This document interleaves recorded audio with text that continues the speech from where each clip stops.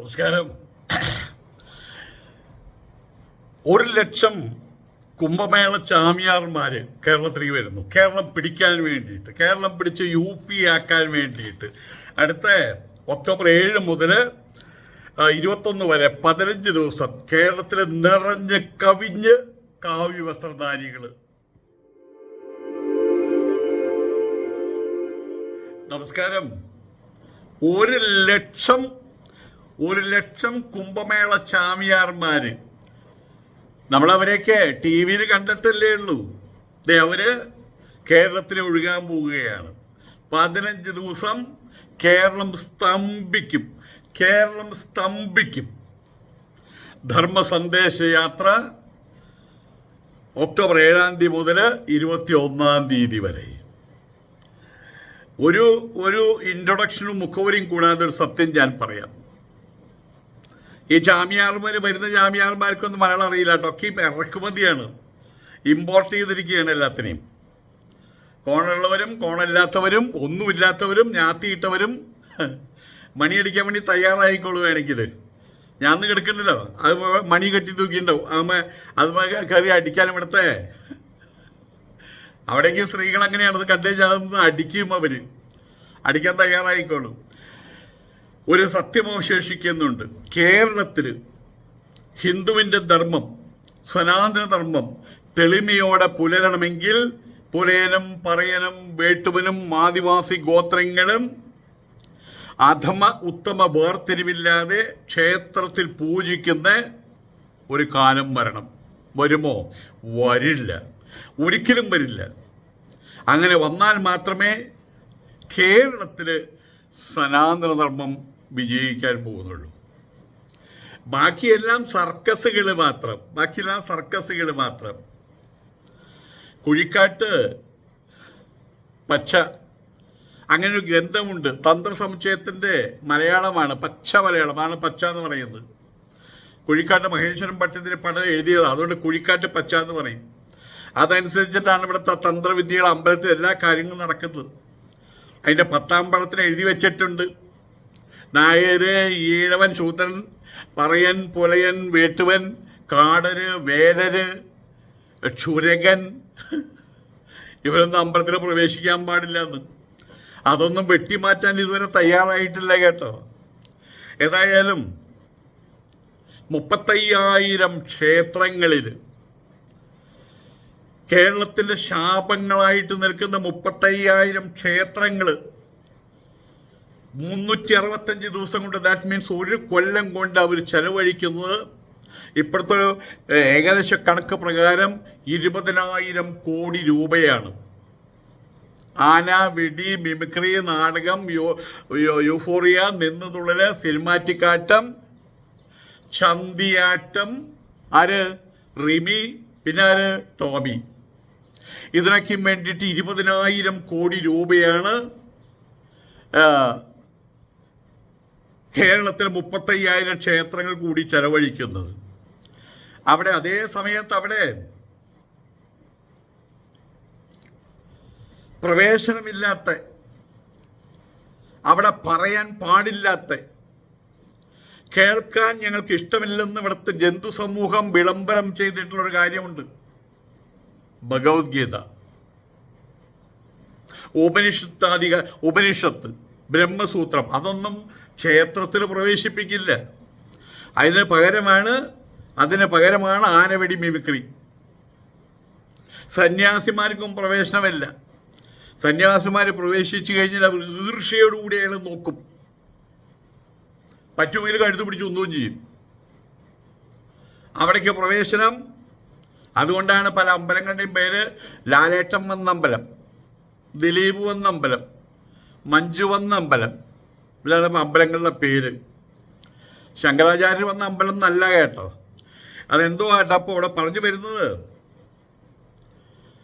ഇതൊക്കെ ഉണ്ടെങ്കിലും ഒരു സന്യാസിയുടെ, RSSകാരുടെ ഭാഷയിൽ പറഞ്ഞ കള്ളച്ചാമിമാരുടെ, ഒരു യഥാർത്ഥ സന്യാസിയുടെ യഥാർത്ഥ സന്ദേശമായിട്ടുള്ള ഉപനിഷത് ദർശനം ഇന്നും ഈ 35,000 ക്ഷേത്രങ്ങളുടെ പടിക്ക് പുറത്താണ്.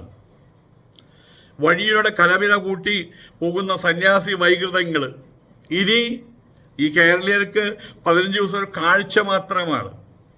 വീടിന് മുമ്പിൽ, പ്രസ്ഥാനങ്ങൾക്ക് മുമ്പിൽ അവർ നിലവിളക്ക് കൊളുത്തി വച്ചേക്കും. ആൾക്കാർ വന്ന് പറയും, നമ്മളുടെ സനാതന ധർമ്മ വിളംബരം നടത്താൻ ചേച്ചി ഒരു വിളക്ക് കത്തിച്ച് വയ്ക്കണം. അവരത് ചെയ്യും. അത് സമൂഹത്തിൽ ജീവിക്കുന്നവരല്ലേ, അവരത് ചെയ്യും. പക്ഷേ ഒരു പള്ളിപ്പാതിരി, അതല്ലെങ്കിൽ ഒരു മുസ്ലിം ഉസ്താദ് അവരെ വീട്ടിൽ കയറ്റുന്ന പോലെ ഒരു ഹിന്ദു ഒരു ചാമിയാരെ വീട്ടിൽ കയറ്റില്ല കേട്ടോ. ഈ വരുന്ന 1 ലക്ഷം ജാമ്യാമാരിൽ ഒരാളെ പോലും വീടിനകത്തേക്ക് കയറ്റില്ല. അവർക്കൊരു നേരത്തെ ആഹാരം കൊടുക്കില്ല. കല്യാണമോ പിറന്നാളോ വീടിൻ്റെ ഗൃഹപ്രവേശം എന്നുള്ള പേര് മാറി കുറ്റൂഷ. ഇപ്പം കുറ്റൂഷ എന്നായി. വിവാഹം എന്നുള്ള പേര് മാറ്റിയിട്ട് ഈ ജന്തുക്കൾ തന്നെ പറയുന്നത് കെട്ടിച്ചയച്ചു പറഞ്ഞിട്ട് കാര്യമില്ല. ആക്കി നടക്കുന്ന സമയത്ത് സന്യാസിമാരെ ക്ഷണിച്ച് വീടിൻ്റെ പുറത്തെങ്കിലും ഇരുത്തി ഒരു പിടി ചോറ് കൊടുക്കില്ല. ആ സന്യാസിമാരെ കൊണ്ടാണ് വോട്ട് തണ്ടാൻ വേണ്ടിയിട്ട് 19ാം തടവുമായിട്ട് സംഘപരിവാറുകാർ വരുന്നത്. നവരാത്രി എഴുത്തിനിരുത്തുന്ന സമയം വരും. വിദ്യ എന്ന് പറഞ്ഞാൽ അക്കാഡമിക് എഡ്യൂക്കേഷൻ അല്ല, ഫിസിക്സ് പഠിക്കലല്ല, കണക്ക് പഠിക്കലല്ല, ചരിത്രം പഠിക്കലല്ല, സ്കൂളിൽ പഠിക്കലല്ല, കോളേജിൽ പഠിക്കലല്ല. വിദുധാതുവിൽ നിന്നുണ്ടാകുന്ന വിദ്യ അത് വേദാന്ത വിദ്യയാണ്. അത് സമ്പൂർണ്ണ ജ്ഞാനത്തിൻ്റെ വിദ്യയാണത്, മോക്ഷവിദ്യയാണത്. അതാണ് എഴുത്തിനിരുത്തുമ്പോൾ ഹരിശ്രീ ഗണപതയെ നമഃ എഴുതുന്നു. അതിൽ പരൽപ്പേര് പ്രകാരം എല്ലാ അക്ഷരങ്ങളും അതിനകത്ത് പെടുന്നുണ്ട്. കമശിവ എന്ന് നമ്മൾ പറയില്ലേ, കാ മുതൽ മാ വരെയുള്ള അക്ഷരങ്ങൾ, അതിൻ്റെ എണ്ണങ്ങൾ അതിനകത്ത് പെടുത്തിയിട്ടുണ്ട്. അതൊക്കെ പറഞ്ഞിട്ട് കാര്യമില്ലാത്ത കാര്യങ്ങളാണ്. എങ്കിൽ പോലും പറയുന്നു, ഒരു ബാധ്യത പോലെ നമ്മളത് പറയുന്നു മാത്രം. നവരാത്രി എഴുത്തിനിരുത്തുന്ന സമയത്ത് ഇപ്പോൾ ഈ എഴുത്തിനിരുത്തുമ്പോൾ സന്യാസിമാരൊക്കെ ദൂരം പാലിച്ചു നിൽക്കേണ്ട ഗതികേട്. തൃശ്ശൂരിലെ പ്രശസ്തമായിട്ടൊരു അമ്പലത്തിൽ അവിടെ പൂണൂലിട്ട പൂജാരിമാരും ഒരു സന്യാസിയും കൂടി എഴുത്തിനിരുത്താൻ വന്നു. വിളിച്ചു കൊണ്ടുവന്നാണ് സന്യാസിയെയും കൂടി വേണമല്ലോ എന്ന് കരുതിയിട്ട് അവിടെ കൊണ്ടുവന്നു. വരുന്ന ആളുകളിൽ ഒരാൾ പോലും സന്യാസിയുടെ അടുത്ത് കുട്ടിയെ കൊണ്ടു ചെല്ലുന്നില്ല. ഒക്കെയും അവിടെയുള്ള സാഹിത്യകാരന്മാർ, സിനിമാ ഗാനം രചിക്കുന്ന ആളുകൾ, അവരെ മതി. മനോരമയിൽ ആൾക്കാർ കൊണ്ടുപോകുന്നുണ്ട് എഴുത്തിനിരുത്താൻ വേണ്ടിയിട്ട്. മാതൃഭൂമിയിൽ ആൾക്കാർ കൊണ്ടുപോകുന്നുണ്ട് എഴുത്തിനിരുത്താൻ വേണ്ടിയിട്ട്. എന്തിനേറെ പള്ളികളിൽ ഹിന്ദുക്കൾ പോകുന്നു അച്ഛന്മാരുടെ അടുത്ത് എഴുത്തിനിരുത്താൻ വേണ്ടിയിട്ട്. മതേതരം. കേരളം എന്നും യതിവർഗ ദേശമാണ്, യതിവർജിത ദേശമാണ്. ഇന്നും സന്യാസിക്ക് വഴിയരികിലെ ശുനക കാഷ്ടം പോലുള്ള വില മാത്രമേ ഉള്ളൂ, പട്ടിക്കാട്ടം പോലത്തെ വില. കേരളത്തിൽ നിന്ന് സന്യാസിമാരില്ല. രാമകൃഷ്ണ മിഷനിൽ കേരള സന്യാസിമാരില്ല. കേരളത്തിലെ രാമകൃഷ്ണ മിഷൻ അന്വേഷിച്ചാൽ നിങ്ങൾക്ക് അറിയാൻ പറ്റും. അവിടെ ചെന്ന് നമസ്കാരം എന്ന് പറഞ്ഞു കഴിഞ്ഞാൽ നമസ്കാരം എന്ന് പറയും. എനിക്ക് കുറച്ച് പുസ്തകങ്ങൾ വാങ്ങണമെന്നുണ്ട്. അപ്പോൾ എനിക്ക് കുറച്ച് പുസ്തകങ്ങൾ വാങ്ങുന്നുണ്ട്, ഇംഗ്ലീഷിൽ പറയണം. ഒക്കെയും ഉത്തരേന്ത്യക്കാരാ, കേരളത്തിൽ നിന്ന് ആരുമില്ല. ചിന്മയാ മിഷനിൽ നിന്ന് കേരളത്തിലെ ആളെ എടുക്കില്ല എന്നായിട്ടുണ്ട്. അങ്ങനെയായിട്ടുണ്ട്. സന്യാസിമാർക്ക് മുമ്പിൽ അവരും പടിയടച്ചിട്ടിരിക്കുകയാണ്. RSSന് കീഴിൽ നടക്കുന്ന ഈ സന്യാസിമാരുടെ തെരുവ് തണ്ടൽ, അതിൽ വരുന്നവരിൽ ഒരാൾ പോലും ഗോസായിമാരല്ലാതെ മലയാളികളുണ്ടാവില്ല. 100ൽ 99 ഇറക്കുമതികളായിരിക്കും. ഞാൻ കടവുൾ സിനിമ നിങ്ങൾ കണ്ടിട്ടുണ്ടോ എന്നറിയില്ല. അതിന് പറയുന്ന പോലെ സന്യാസ വൈകൃതങ്ങളെ പൈസ കൊടുത്ത് പല ദേശത്തു വന്ന് ഇമ്പോർട്ട് ചെയ്യിക്കുകയാണ്. എന്നിട്ടോ വൻ സന്യാസ ചാമിയാർമാരുടെ പട്ടി ഷോ. RSSന്റെ ഭാഷയിൽ പറഞ്ഞാൽ, RSSകാരുടെ ഭാഷയിൽ പറഞ്ഞാൽ കള്ളച്ചാമിയാർമാരുടെ പട്ടി ഷോ. അത് എന്തിനാണ് നടത്തുന്നത്? വോട്ട് കിട്ടുമോ എന്നറിയാൻ വേണ്ടിയിട്ട്. ഇതും ഒരു ഗൂഢസംഘം തന്നെയാണ്, ഒരു റാക്കറ്റ് തന്നെയാണ്. പുറകിൽ മുതലാളിമാരുണ്ട്. ആരാണ്? സംഘപരിവാർ. മുമ്പിൽ വോട്ട് തന്നാനുള്ള പിച്ചച്ചട്ടിയുമായിട്ട് ജഡിലന്മാര്, മുണ്ടന്മാര്, ലുഞ്ചിത കേശന്മാര്, ദാറ്റ് മീൻസ് ബഹുകൃത വേഷക്കാര്. ശങ്കരാചാര്യർ പറഞ്ഞ പോലെ ജഡിലോ, മുണ്ടി, ലുഞ്ചിത കേശ എന്നീ ബഹുകൃത വേഷക്കാര് അതിൻ്റെ മുമ്പിലുണ്ടായിരിക്കും എന്നർത്ഥം. എന്തായാലും ഒരു കാര്യത്തിന് സന്തോഷമുണ്ട്. RSSകാരുടെ നയം മാറ്റം വളരെ രസകരമാണ്. ഇത്ര നാളും കാവിക്കാർ അവർക്ക് ആരായിരുന്നു? കള്ളച്ചാമി കൂട്ടങ്ങളായിരുന്നു. നിങ്ങൾ തന്നെ വായിച്ചിട്ടുണ്ടല്ലോ. ഞാനൊക്കെ എഴുതുന്നതിന് ഏത് സ്വാമിയാർമാർ എന്ത് എഴുതിയാൽ എൻ്റെ പറയും, എടാ കള്ളച്ചാമി, എടാ കാവ്യ ഊരി വെക്കട. പിന്നെ മറ്റുള്ള ഇവിടെ പറയാൻ കൊള്ളാത്ത വാക്കുകൾ വേണ്ടത്ര അതാണ് അവർ ഉപയോഗിച്ചിരുന്നത്. പ്രധാനമായിട്ട് കള്ളച്ചാമി. ആ കള്ളച്ചാമിമാരാണ് 1,00,000 പേരെ ഇവിടുന്ന് ഇമ്പോർട്ട് ചെയ്ത് കൊണ്ടുവരുന്നത്. ആരെ? കള്ളച്ചാമിമാരെ. അതാരാ പറയുന്നത്? സംഘപരിവാറുകാർ. ഇപ്പോഴും അവരെന്താ പറയാൻ പോകുന്നത്? അത്ര നാളും അവർക്ക് ഹിന്ദു സമൂഹത്തിലെ പുഴുക്കുത്തികളായിരുന്നു. സ്വയം ജോലി ചെയ്യാതെ അധ്വാനിച്ച് ജീവിക്കുന്ന ഹിന്ദുക്കളുടെ വേർപ്പ് ഊറ്റിക്കുടിച്ച് ജീവിക്കുന്ന ദ്രോഹികളായിരുന്നു, ഭോഗികളായിരുന്നു. ഇനി ഒക്ടോബർ 7-ാം തീയതി മുതൽ 21-ാം തീയതി വരെ 15 നാള് ഈ ചാമിയാർമാർ സന്യാസി വര്യന്മാരാണ് കേട്ടോ. സന്യാസി വര്യന്മാരാണ് കേട്ടോ. സന്യാസി ശ്രേഷ്ഠന്മാരാണ് കേട്ടോ. സന്യാസി ശ്രേഷ്ഠന്മാരാണ് കേട്ടോ. ഹൈന്ദവ ആചാര്യന്മാരാണെന്ന് കേട്ടോ. പണ്ഡിതാഗ്രേസരന്മാരാണ് കേട്ടോ. വഴിനീളെ മാലയിട്ട് വിളക്കും വെച്ച് സ്വീകരിക്കും കേട്ടോ. ഒക്ടോബർ 22-ാം തീയതി മുതൽ ഇവന്മാരാരാ? വീണ്ടും തായോളി സ്വാമിമാർ, കള്ളച്ചാമിമാർ. വീട്ടിലാരും കയറ്റാൻ പോകുന്നില്ല അവരെ. അതറിയേണ്ടതാരാ? ചാമിമാരറിയേണ്ടത്. പക്ഷെ ഒറിജിനൽ ചാമിമാർ രാമകൃഷ്ണ മിഷന്ന് ഒരാളെ പറഞ്ഞയക്കും, പോയി അവിടെ പങ്കുകൊള്ളുമെന്ന്. ചിന്മയാംശന്ന് ഒരാളെ പറഞ്ഞയക്കും, അത് പോയിട്ട് പങ്കുകൊണ്ട് തിരിച്ചു പോയാലോളം പറഞ്ഞു. പക്ഷേ അവിടെ നിന്ന് ഇറക്കുമതി ഉത്തരേന്ത്യന്ന് അത് പറഞ്ഞാൽ മതിയല്ലോ. മറ്റേ ഹോൾസെയിൽ ബിസിനസ്സുകാരോട് ഞങ്ങൾക്കൊരു 10 ലോഡ് ഡാൾഡ വേണം, അതിലൊരു 20 ലോഡ് ഞങ്ങൾക്ക് മുതിര വേണം എന്ന് പറയുന്ന പോലെ അവിടെയുള്ള യോഗിയോട് പറഞ്ഞാൽ മതിയല്ലോ. ഒരു തീവണ്ടി നിറച്ച് ഈ ചരക്കുകളെ ഇങ്ങോട്ട് അയക്കും, കുംഭമേള ചരക്കുകൾ അങ്ങോട്ട് അയക്കുക എന്ന് പറഞ്ഞാൽ അവരിങ്ങോട്ട് അയക്കുമല്ലോ. ആയതുകൊണ്ട് തന്നെ ആളുകൾ ഇവിടെ എത്തും. അവരെ സംബന്ധിച്ചിടത്തോളം കുറച്ച് പൈസ എല്ലായിടത്തും അങ്ങനെയാണല്ലോ. തമിഴ്നാട്ടിലേക്ക് എങ്ങനെ എല്ലാം പരിപാടിക്ക് മുമ്പ് ആളുകളെ ക്യൂ ആയി നിന്ന് പൈസ വാങ്ങിക്കുക. 200 മുതൽ 500 രൂപ വരെ പൈസ വാങ്ങിച്ചിട്ട് വരുന്നു, ജയ് നോഞ്ഞു വിളിക്കുന്നു. അത്ര മാത്രമേ ഉള്ളൂ. ഏതാ പാർട്ടി എന്നറിയില്ല. ജയ് സിന്ദാബാദ്, നമ്മുടെ പാർട്ടി സിന്ദാബാദ്. ഇതുപോലെ തന്നെ ഇറക്കുമതി ചെയ്യാണ്. RSS ഒന്ന് മനസ്സിലാക്കണം.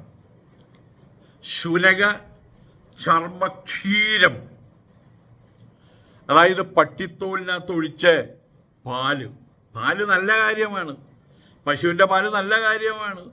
പക്ഷെ നിങ്ങൾക്കത് പട്ടിയുടെ തോലിനാണ് തരുന്നെങ്കിലോ എന്ന ന്യായപ്രകാരം RSS എന്ന് പറയുന്ന പ്രസ്ഥാനം, സംഘപരിവാർ എന്ന പ്രസ്ഥാനമാകുന്ന ശുനക ചർമ്മത്തിൽ പട്ടിത്തോലിനകത്ത് സാക്ഷാൽ വിവേകാനന്ദൻ, സാക്ഷാൽ ദയാനന്ദൻ, സാക്ഷാൽ രംഗാനന്ദ സ്വാമി, അവരാര് വന്നാലും അവരെ ശുദ്ധമാകും. സ്വീകരിക്കാൻ ആളെ കിട്ടില്ല. സന്യാസിമാരെ കണ്ടാൽ ആട്ടി ഓടിക്കുന്ന കേരള സമൂഹത്തിൽ ഈ ഇറക്കുമതി സന്യാസിമാരെ കൊണ്ടുവന്ന് പ്രദർശിപ്പിച്ച് വോട്ട് നേടാൻ ശ്രമിക്കുന്ന RSS BJP പ്രവൃത്തി തീർത്തും വിരോധാഭാസാത്മകം തന്നെയാണ്. ക്രിസ്ത്യാനി പറയും, ഞങ്ങളുടെ വീട്ടിലൊരു പാതിരിയുണ്ട്, ഞങ്ങളുടെ വീട്ടിലൊരു ബിഷപ്പുണ്ട്,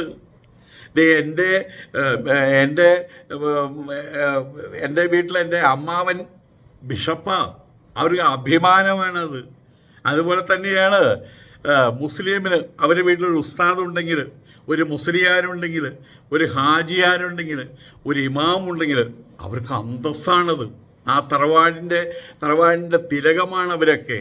അവർക്കത് അന്തസ്സാണ്. പക്ഷേ സന്യാസി ഉണ്ടെന്ന് പറയുന്നത് ഹിന്ദുവിന് അപമാനമാണ്. എൻ്റെ എൻ്റെ വീട്ടിൽ പോലും ഞാൻ അവർക്ക് അപമാനമാണ്, അസത്താണ്, അപശകുനമാണ്. എൻ്റെ വീട്ടിൽ പോയിട്ട് ഈ ആ സ്വാമി നിങ്ങളുടെ വീട്ടിലെ ഞങ്ങൾക്ക് ബന്ധമല്ല, അയാൾ ഇവിടെ തെണ്ടി നടക്കാണ്, ഇവിടുന്ന് പണ്ടേ പോയതാണെന്ന് അവർ പറയും.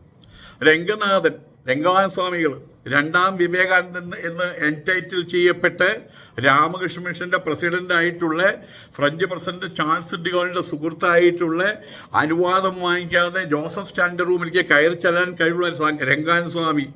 ആ രംഗനാഥൻ സ്വാമി തൃശ്ശൂരിൽ അന്വേഷിച്ച് തൃശ്ശൂരിലുള്ള തൃക്കൂരിൽ അന്വേഷിച്ച് അവർ പറയും അഡ്രസ്സ് തരൂ, വീട്ടഡ്രസ്സ് തരൂ കണ്ടെത്താമെന്ന്. അവർക്ക് അറിയില്ല, അങ്ങനെ ആളെക്കുറിച്ച് അവർക്ക് അറിയില്ല. സന്യാസിമാരും RSSും വാസ്തവത്തിൽ കുറവനും കുരങ്ങനും പോലെ ആയിത്തീർന്നിരിക്കുകയാണ്. സമൂഹത്തിൻ്റെ മസ്തകത്തിൽ തിലകക്കുറിയാകേണ്ടുന്ന സന്യാസി ഇന്നിപ്പോൾ RSSൻ്റെ ചങ്ങല സ്വയം എടുത്ത് കഴുത്തിലെണിഞ്ഞ് അവരുടെ ആജ്ഞാനുവർത്തികളായിട്ട് മാറിയിരിക്കുകയാണ്, അവരുടെ വിദൂഷക കോമാളികളായിട്ട് മാറിയിരിക്കുകയാണ്.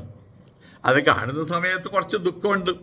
എന്തിനാണ് ഈ സന്യാസിമാർ സ്വയം എടുത്ത് ചാടുന്നതെന്ന് ഓർത്തിട്ട്. ഇന്ന് സന്യാസി സമൂഹം RSS എന്ന കുറവനാൽ നയിക്കപ്പെടുന്ന കുട്ടിക്കുരങ്ങന്മാരാണ്.